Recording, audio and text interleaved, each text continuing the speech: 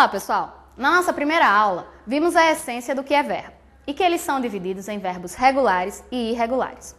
Fizemos também uma viagem histórica pela aquisição da linguagem. Hoje, trabalharemos terminação verbal. Trabalhamos, na última aula, o verbo amar e fizemos a conjugação deles. Vamos lembrar. Conjugamos o verbo amar no presente do indicativo. Eu amo, tu amas, ele ama. Nós amamos, vós amais e eles amam. Fizemos a mesma coisa com o verbo ser. Eu sou, tu és, ele é. Nós somos, vós sois e eles são.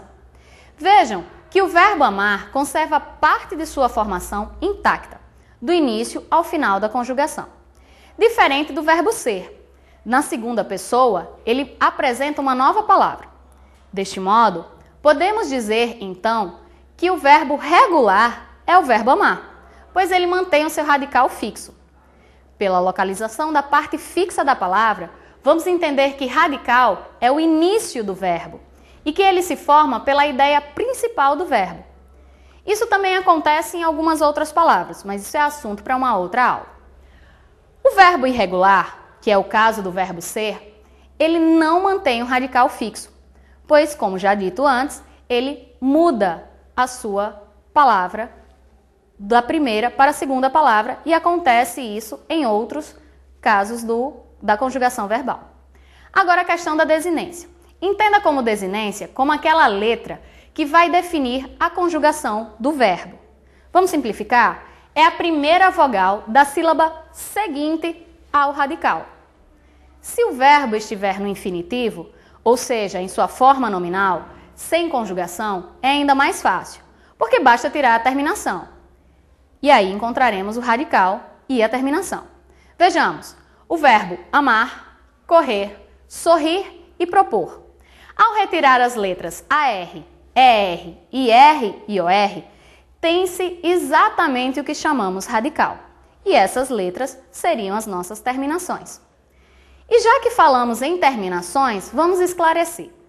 Terminação é a parte final do verbo, quando ela estiver no infinitivo. E na língua portuguesa há 3 terminações, classificadas em ordem crescente, de acordo com a ordenação das vogais. Primeira terminação AR, segunda terminação ER, terceira terminação IR. E o que foi que aconteceu com o OR, que já foi mencionado nos verbos anteriores e que sabemos que existe? Ora, a terminação OR, diferente do que algumas pessoas possam pensar, não é uma quarta terminação, como também não existe uma quinta terminação envolvendo a vogal U. O que ocorreu foi que no período da evolução da língua, ainda com relação ao latim, as palavras terminadas com OR chegaram para a língua portuguesa ainda escritas com ER. Isso mesmo, é o exemplo do caso por, que em sua mais distante essência se escrevia ponere. E aí ele foi sofrendo alterações, passou a se escrever poner e chegou à língua portuguesa como poer. No entanto, como já foi dito antes, as línguas são uma ciência viva e evoluem. Mas quando o verbo evoluiu para por, a gramática normativa portuguesa já havia convencionado essas 3 primeiras terminações, AR, ER e IR, deixando assim a terminação OR parte integrante da segunda terminação, porque o verbo por estava escrito como poer.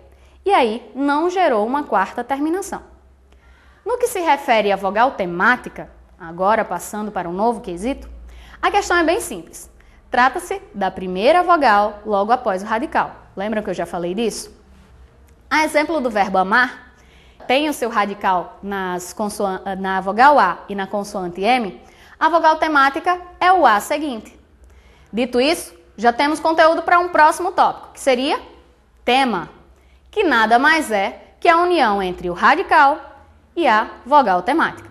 Ou seja, se eu tenho um radical AM do verbo amar, por exemplo, a sua vogal temática, que é o A, eu uno essas 2 partículas e eu crio o meu tema do verbo amar, que seria ama.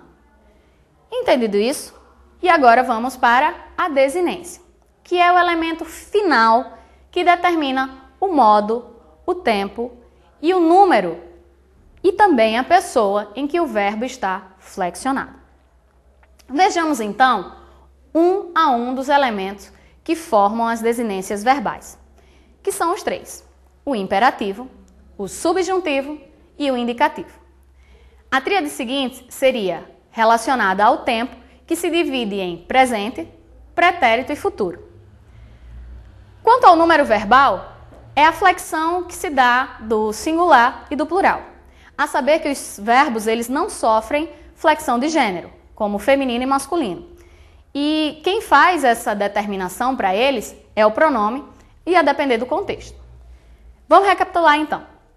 Primeiro, o verbo é a palavra que indica a ação, estado ou fenômeno da natureza.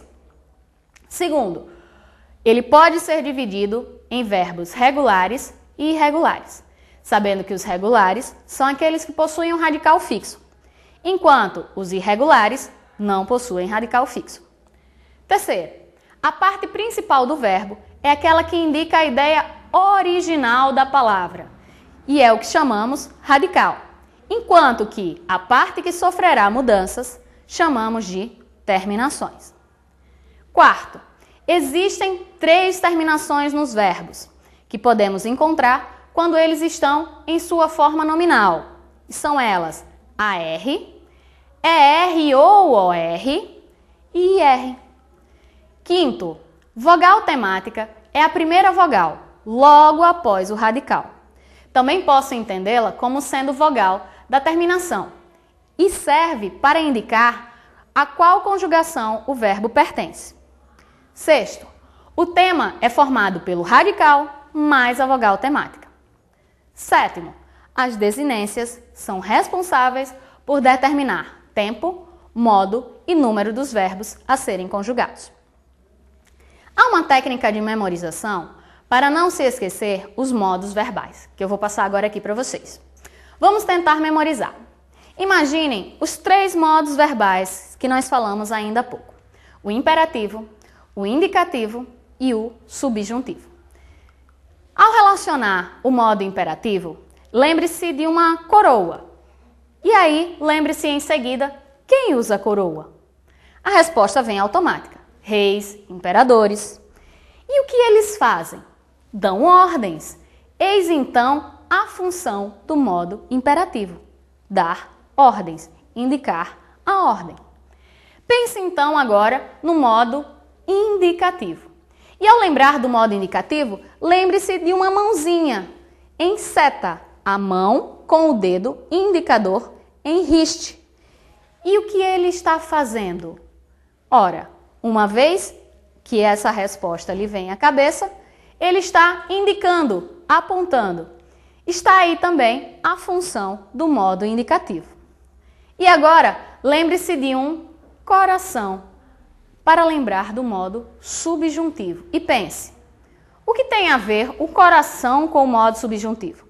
Ora, embora saibamos que todos os sentimentos e sensações são dominados pelo cérebro, em todos os momentos e relações e situações, nós relacionamos essas sensações e sentimentos ao coração. É ou não é verdade? E o que os sentimentos fazem com nós, humildes seres humanos? A resposta é simples. Ele nos deixa em dúvida. Nem sempre responde com tanta certeza aos nossos questionamentos. E esta é a função do modo subjuntivo. E aí vamos relembrar. Para memorizar, o que é que nós temos que fazer?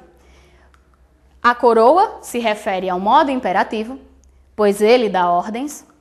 A mão com o dedo em riste se refere ao modo indicativo, para indicar, informar e apontar. O coração está ligado ao modo subjuntivo, porque nem sempre eu tenho a certeza das minhas ações. E ainda acrescento que essas minhas ações do modo subjuntivo virão acompanhadas das palavras que, se e quando, para realçar essa minha dúvida. Então, pessoal, com essas informações, ficamos por aqui e nos encontramos no nosso próximo programa. Até breve!